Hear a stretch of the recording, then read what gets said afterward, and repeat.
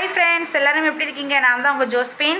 இன்றைக்கி நம்ம வீட்டுக்கு சரண்யா வந்திருக்காங்க அப்படின்னு நம்ம சொன்னோம். அவங்க எங்கே பாருங்கள் உட்காந்துருக்காங்க. என்ன இருக்காங்க பாருங்கள் சரண்யா. அவங்க பிள்ளை எங்கள் அண்ணா உட்காந்துருக்காங்க. அழகாக தான் இருக்கீங்க. அவங்க சாப்பிட்டாச்சு, நம்ம வீட்டிலேருந்து தான் சாப்பிட்டாங்க. அவங்க பிள்ளையும் சாப்பிட்டுக்கிட்டு நான் உட்காந்துருக்காங்க. டாட்டா சொல்லிடுங்க சரண்யா. ஹாய் ஹாய் சொல்லிட்டாங்க பாருங்கள். எதாவது பேசுகிறீங்களா?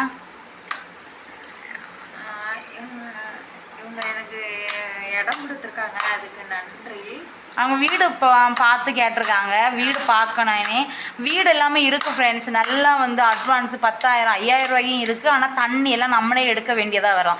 பைப்பில் போய் நம்மளாக பக்கெட்டில் எடுத்து கொண்டு வந்து நம்ம வீட்டில் பக்கெட்டில் ஊற்றி வைக்கிற மாதிரி வரும். 10,000 அட்வான்ஸு, 10,000 20,000 அப்படிலாம் அட்வான்ஸ் கொடுத்தாச்சுன்னா பைப்பு எல்லாமே வீட்டுக்குள்ளேயே இருக்கும். வீடும் அவ்வளோ அழகாக இருக்கும். ஆனால் வீடு கொள்ளலாம். ஆனால் வந்து என்ன தெரியுமா, தண்ணி நம்ம போய் எடுக்கணும். ஒரு ரூமு, ஒரு ஹாலு, கிச்சனு இப்படி எல்லாமே இருக்குது.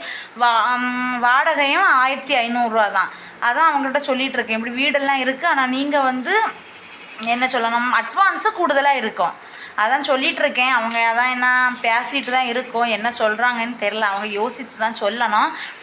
இனி திங்கக்கிழமை அந்த பிள்ளைக்கு வந்து அந்த மாவு கட்டு போட்டிருக்குல, அதை ஹாஸ்பிட்டலுக்கு செக்கப்புக்கு கூட்டிகிட்டு போகணுமா. அதான் செக்கப்புக்கு கூட்டிகிட்டு போயிட்டு அவங்க அங்கே ஊருக்கு போயிட்டு என்ன வேணும்னு பதில் சொல்லட்டு. அதான் நான் அவங்கள்ட்ட சொல்லி திங்களாக சொல்லுவாயா, திங்கள் தானே, திங்கக்கிழமை. அதான் உங்கள்கிட்ட சொல்லியிருக்கேன், பதிலை நீங்கள் சொல்லுங்கள் அப்படின்னு.